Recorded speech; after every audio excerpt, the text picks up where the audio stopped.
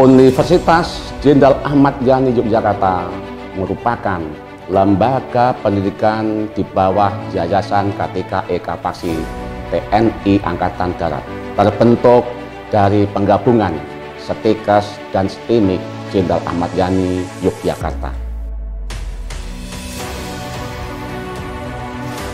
Dari sistem pembelajaran, metode yang digunakan yaitu Student Center Learning, yang mana mahasiswa dituntut aktif dalam proses pembelajaran. Dosen-dosen yang ada di sini merupakan dosen pilihan dan lulusan-lulusan terbaik.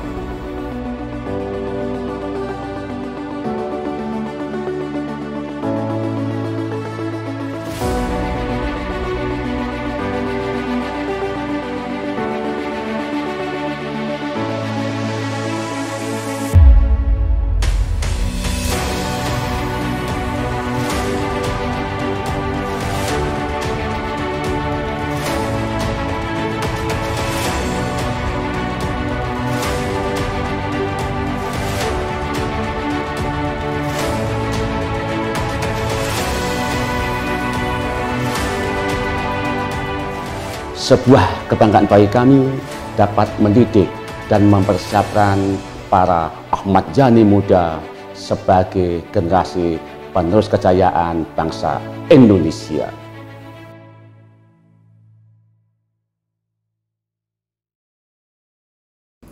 Halo Sobat Jaya, kembali lagi di Unjaya Talk. Kali ini kita bakal membahas tema tentang mahasiswa kupu-kupu versus mahasiswa kura-kura nih. Siapakah mereka? Nah guys, ini dia nih tamu istimewa dari kita. Ada si kura-kura dan si kupu-kupu. Betul banget nih guys, dan di sini di samping saya ada si kura-kura. Halo semuanya, perkenalkan nama saya Fauzul Hadi Aryalangga, biasa dipanggil Fauzul. Saya dari Prodi Hukum dan saat ini saya berkesempatan menjadi mahasiswa kura-kura. Dan di samping saya ada mahasiswa kupu-kupu nih. Dengan kakak siapa? Halo, saya Sandrita Mustika Ayu. Biasa saya dipanggil Sandrita. Saya dari Prodi Rekam Medis. Di sini saya diberi kesempatan menjadi mahasiswa kupu-kupu. Nah, di sini untuk Kak Fauzul sekarang sibukannya apa sih? Kan Kak Fauzul udah di semester tinggi nih. Kenapa masih milih jadi kura-kura aja? Oke, jadi kenapa memilih menjadi kura-kura itu mengikuti organisasi ya? Meskipun udah semester tinggi, sebenarnya itu kan kembali kepada pilihan masing-masing ya. Pilihan masing-masing apakah kita ingin mengikuti organisasi ataupun tidak gitu. Kalau dari saya sendiri mengikuti organisasi, kalau jawaban jujurnya terjebak. Kalau jawaban bagusnya yaitu ingin melanjutkan apa-apa yang seharusnya bisa saya lanjutkan yang tertunda di tahun sebelumnya gitu. Kalau kesibukan sekarang selain perkuliahan ya organisasi dan lain-lainnya yang saya kerjakan ya untuk improve diri sendiri juga gitu. Untuk Kak Sandrita gimana kesibukannya sekarang? Nah, karena di sini saya sebagai mahasiswa kupu-kupu, jadi kurang lebih kesibukan saya itu yaitu kuliah pulang, kuliah pulang. Jadi di sini saya ngerasa kayak so sibuk aja. So sibuk. Tapi kan emang Kak Sandrita kan dari FKS nih ya, mau nggak mau biarpun nggak masuk organisasi pasti sibuk banget nggak sih dari jam pagi sampai sore. Jadi itu salah satu alasan Kak Sandrita buat nggak masuk organisasi, karena kuliah dari pagi sampai sore. Tapi banyak kok mahasiswa lain yang anak FKS tapi masuk organisasi. Kenapa Kak Sandrita nggak termotivasi buat masuk organisasi? Kasih alasan dong. Nah, kenapa saya memilih nggak masuk organisasi? Karena menurut saya lebih mau mementingkan waktu untuk lebih waktu sendiri. Ditanya nih, introvert ya ceritanya. Iya. Kan beda-beda orang nih Pan. Nggak semuanya suka bersosialisasi nih. Tim introvert terus dulu nggak sih introvert tapi tetap ikut organisasi. Oke, Kak Fauzul, tadi aku kalau nggak salah dengar Kak Fauzul tuh terjebak apa kalau boleh tahu nih? Terjebak politik ya. Waduh, anak hukum ya, hukum banget. Enggak, saya terjebak karena ada beberapa hal ya. Terjebak keinginan sendiri itu pasti, itu terjebak lingkungan juga karena ya ada beberapa orang yang mengatakan ya udah lanjut aja gitu kan gitu. Karena kamu bisa gitu kan. Ya udahlah gitu kan. Coba gitu kan. Tahu-taunya lolos gitu kan. Terikat sampai sekarang gitu. Nah, itulah terjebak gitu. Berarti dari hasutan teman-teman juga ya. Sama kayak Aden Span kayaknya. Nah, oh ya, kalau boleh tahu Kak Fauzul tuh kan nanti terjebak terjebak asuhan teman-teman. Dan sekarang kalau boleh tahu Kak Fauzul tuh masuk di organisasi apa dan sebagai apa kalau kita boleh tahu semua? Oh ya, saya tergabung di organisasi BEMFES atau Badan Eksekutif Mahasiswa Fakultas Ekonomi dan Sosial ya. Dan di situ saya diamanahi untuk periode kali ini sebagai wakil ketua atau biasa dipanggil wakil gubernur gitu ya. Waduh, keren. Satu kebanggaan. Duh, si kupu-kupu nih gimana nih ceritanya? Mendengar cerita Kak Fauzul ada jeritan-jeritan nggak sih di dalam hati? Mau ngikut nggak sih tahun depan? Aduh, gimana ya, kita lihat aja nanti ya. Oke. Berarti belum ada planning atau sudah ada planning tapi tidak ingin dibocorkan ke publik mungkin? Takut nanti ketahuan mungkin. Atau mau join ke BEM mungkin ya? Ayo BEM, ayo. Ada nggak nih? Atau ada motivasi dari Kak Fauzul buat Kak Sandrita nih biar bisa termotivasi buat join, atau apa sih keuntungannya kalau masuk organisasi gitu? Sebenarnya kalau masuk itu kayak tadi kembali lagi ke yang saya bilang tadi ya, masuk organisasi itu semuanya pilihan gitu kan. Kita masuk organisasi ataupun tidak itu pilihan kita, dan value-nya tetap berbeda gitu. Bisa saja mahasiswa yang seperti saya ikut organisasi mendapatkan value di organisasi, dan mahasiswa kupu-kupu tidak mendapatkan value yang di organisasi, tapi mereka dapatkan value yang lain gitu. Seperti mereka lebih fokus ke perkuliahan, punya waktu yang luang untuk tugas-tugas gitu kan, dibandingkan dengan mahasiswa-mahasiswa yang kura-kura aja tadi gitu kan, kuliah rapat, ya mereka harus membagi waktunya antara perkuliahan, organisasi gitu kan, dan hal-hal lain yang menyangkut dirinya sendiri gitu. Jadi itu semuanya pilihan gitu kan. Cuma untuk masuk organisasi itu tentunya perlu motivasi ya. Motivasi itu motivasi dari diri sendiri terlebih dahulu gitu. Nah, motivasi tiap orang beda-beda pastinya gitu kan. Gitu, dan untuk menjadi mahasiswa kupu-kupu pun tidak salah gitu. Nah, karena itu pilihannya gitu kan. Dan bisa saja dengan menjadi mahasiswa kupu-kupu dia berprestasi di bidang lain gitu kan, bukan hanya di organisasi begitu. Aduh, tersenyum sih ya Kak Sandrita. Bukan gitu. Terus mendengar Kak Fauzul tadi ngomong, kira-kira apa sih yang tetap meyakinkan Kak Sandrita buat tetap udahlah kupu-kupu aja deh, enakan kupu-kupu apa sih, kayak misalnya aku ya udah kupu-kupu yang lainnya organisasi rapat, aku di koas gitu, atau bisa gimana, bisa jelasin mungkin? Nah, bener nih tadi yang udah disampaikan kakak di samping saya kan. Kalau ini kita punya kalau menjadi mahasiswa kupu-kupu itu saya bisa lebih punya banyak waktu luang, juga tidak terikat. Istilahnya jadi saya ini merasa bebas sebagai mahasiswa kupu-kupu. Jadi bisa memanfaatkan waktu kosong saya ini sebagai mahasiswa kupu-kupu untuk kegiatan lain seperti kayak mengembangkan diri atau fokus kepada tujuan kuliah. Oke, betul banget, keren banget ya berarti. Tetap pada keyakinan masing-masing nih. Dan nggak bisa kayak menjudge kalau kupu-kupu tuh ya kurang relasinya. Dan kupu-kupu tuh bisa loh dapat relasi dari luar gitu kan. Ya namanya dunia kan luas banget nih, nggak harus kita dapatkan relasi dari organisasi aja nih guys. Untuk Kak Sandrita nih, untuk suka dukanya jadi mahasiswa kupu-kupu tuh gimana sih? Kalau dibilang suka dukanya jadi mahasiswa kupu-kupu nih, dibahas dari dukanya dulu ya. Nah, dukanya jadi mahasiswa kupu-kupu ini, hidup kita tuh yang sebagai mahasiswa kupu-kupu itu ngerasa flat aja. Kayak kenapa bisa flat? Jadi kayak kuliah pulang. Tapi itu tergantung dari mahasiswanya sendiri yang kupu-kupu sebagaimana. Yang kadang ada yang healing, ya benar, bisa healing, ada juga yang kafe ya nggak kan? Iya, plusnya juga ya. Bisa, mungkin kalau mahasiswa yang punya rapat dia rapat, Kak Sandrita bisa, kamu nih nonton bioskop gitu ya. Ngapain rapat-rapat gitu ya guys? Iya. Kalau Kak Fauzul gimana? Kalau saya suka dukanya, kalau duka ya pasti waktu harus terbagi banyak hal, ke perkuliahan, kehidupan pribadi harus gitu kan, terus organisasi kan wajib juga gitu kan, karena kita udah milih organisasi gitu. Mungkin pembagian waktunya itu sih yang terkadang menjadi duka di situ kan.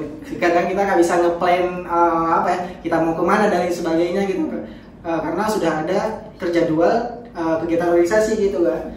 Tapi kalau sukanya itu kita bisa dapat hal-hal baru yang tidak pernah terpikirkan sebelumnya gitu, kayak pasti di organisasi itu setiap kegiatan dan setiap acara itu pasti ada hal baru gitu, pakai permasalahan baru, kita nyelesainnya gimana gitu. Hal-hal baru seperti itu yang didapatkan yang tidak didapatkan di dalam perkuliahan gitu. Mungkin lebih ke kondisi-kondisi yang membuat kita berpikir keras gitu. itu menurut saya suka gitu. Kalau sejauh ini kan Kak Fauzul tuh udah lumayan lama nih terjun ke dunia itu organisasi. Pernah nggak sih suatu hari atau ada momen gitu malam ini rapat atau contohnya di waktu ini kita ngobrol bareng-bareng kita bersama, tapi besok nih bakal ada UAS atau tes atau kuis gitu. Pernah nggak sih Kak Fauzul tuh kesulitan, aduh gimana nih aku kuliah belajar juga kayak gimana nih pusing mau nentuin yang mana duluan yang diprioritaskan. Kalau menurut Kak Fauzul pernah nggak sih kayak gitu? Kalau pengalaman saya pernah gitu pasti. Sayangnya itu udah menjadi makanan sehari-hari gitu kan. Jadi harus siap. Dan untuk mahasiswa pura-pura lainnya pasti saya rasa mengalami hal seperti itu juga gitu kan. Kayak kita harus mengikuti kegiatan organisasi kayak apa contohnya gitu kan, untuk kegiatan apa gitu. Terus ada event yang paling terdekat. Terus kita juga ada jangan katakanlah bukan UAS gitu, setingkat tugas aja gitu kan, deadline-nya malam ini gitu kan. Nah kita kayak harus buru-buru gitu kan, aduh ini sambil rapat kita mikir tugas juga gitu kan, kadang nggak fokus juga gitu ya, pasti ada gitu. Nah pas di momen itu tuh pernah kepikiran nggak sih kayak aduh udah deh aku kuliah aja deh, nggak mau lagi kayak mau mundurin diri dari organisasi itu. Pernah nggak sih terbesit kayak duh kalau aku lanjutin terus ini kuliah gimana, kalau aku berhenti kayak gimana? Pernah nggak sih terbesit gitu di otak buat oke, aku kuliah aja organisasi nggak dulu? Pernah nggak sih? Kalau terbesit pasti ada terbesit gitu kayak aduh capek kayak gitu kan di organisasi gitu kan. Sendiri yang capek gitu kan. Tapi ya itu kan kayak suara-suara sesaat gitu ya, ketika kita dapatkan ketika kita capek gitu kan. Tapi ya sampai sekarang masih ikut organisasi, masih jalan juga gitu. Enak tapi nggak sih fun gitu menjalaninya. Karena kita menjalaninya dengan fun dan juga sistem di dalam organisasi itu juga bagus. Menurut saya itu yang membuat kita betah gitu. Itu menurut saya. Buat Kak Sandrita nih, kan udah denger nih kayak sukanya dari Kak Fauzul. Ada niat nggak buat tahun depan mau masuk organisasi? Gimana? Coba tanyakan lagi. Ayo. Waduh, ini jadi kayak hasutan ya. Ayo Pak, kita hasutan lagi. Tapi menurutku jadi mahasiswa setelah aku join ke organisasi, menurutku jadi mahasiswa kupu-kupu juga enak sih. Karena menurutku bisa kayak ini aku saat ini berpihak pada Kak Sandrita dulu ya. Sebelum aku join ke BEM tuh bisa sih kayak pulang, oke nggak apa. Tapi suatu saat juga kadang tuh kayak melihat mungkin kayak anak-anak lain yang join organisasi seperti Kak Fauzul. Sorry, Kak siapa? Fauzul. Kalau apa yang tipu nih? Ih keren juga ya jadi anak organisasi, bisa relasinya banyak. Tapi di sisi lain juga kayak aku kalau jadi kayak bimbang kayak join dia. Jadi tapi pas suatu saat aku menetapkan diri bahwasanya oke, join, dan ternyata ya tetap ada suka dukanya, ada tetap ada risiko antara ngambil sama nggak ngambil, tetap ada risiko. Mungkin kalau aku nggak ngambil mungkin aku nggak bakalan sibuk, aku bakal fokus kuliah. Tapi kalau aku ngambil mungkin bisa sibuk organisasi, bisa sibuk kuliah juga. Ya kan Kak Fauzul ya? Iya benar. Semua itu ya tergantung pilihan kita. Setiap pilihan itu pasti ada risiko. Dukanya juga. Dukanya ada juga. Nggak ada yang kayak senengnya dong, itu nggak ada. Kalau sukanya jadi mahasiswa kupu-kupu itu kan tadi ada beberapa yang tadi benar disampaikan tadi sama Kak Fauzul. Nah kalau yang pertama jadi mahasiswa kupu-kupu itu kita punya waktu luang kayak yang tadi di awal diomongin. Jadi kita bisa menyempatkan waktu kayak misalnya ada mata kuliah yang kosong, kita bisa melakukan waktu kosong itu ke hal yang lain kayak seperti mengembangkan diri atau melakukan hal-hal yang buat diri sendiri. Terus juga tidak terikat. Nah tidak terikat berarti kita bisa bebas melakukan apa aja kayak seperti yang poin pertama. Nah itu tadi sih untungnya jadi mahasiswa kupu-kupu. Ya harus apa-apa gitu ya. Untuk Kak Fauzul nih, nyesel nggak sih masuk organisasi ini? Kan udah lama juga kan. Tapi sepertinya nggak nyesel nggak kan? Udah berapa tahun nih ya? Lanjut terus nih. Kayaknya fun banget nih, gimana Kak? Kalau nyesel sih enggak ya, enggak gitu. Ya dari dulu sebelum kuliah juga ada ikut organisasi, di kuliah juga gitu juga. Dari SMA gitu, dari SMA. Saya mulai ikut organisasi dari SMA gitu kan. Terus ya OSIS. Sudah tertebak ya. Udah mulai dari SMA. Ya dari SMA sampai sekarang nggak nyesel sih. Karena nyesel itu kayak ada satu apa ya, hal yang membuat kita kayaknya kalau kita nggak ikut bisa kayak gini gitu kan. Tapi saya belum terpikir sampai segitu. Tadi masih fun-fun aja. Cuma ya suka duka itu pasti ada. Yang penting enjoy aja menjalannya. Enjoy. Untuk Kak Sandrita nih, gimana? Apa tuh? Apa Gimana tuh? nih? Apa tuh? Gimana, So- nyesel nggak sih gak ikut organisasi setelah mendengarnya gini? Jadi nyesel nggak nyeselnya mungkin kayak tertarik ngelihat, wih sibuk nih anak organisasi, wih kayaknya seru nih mereka berkegiatan, mereka mau yang buat kegiatan.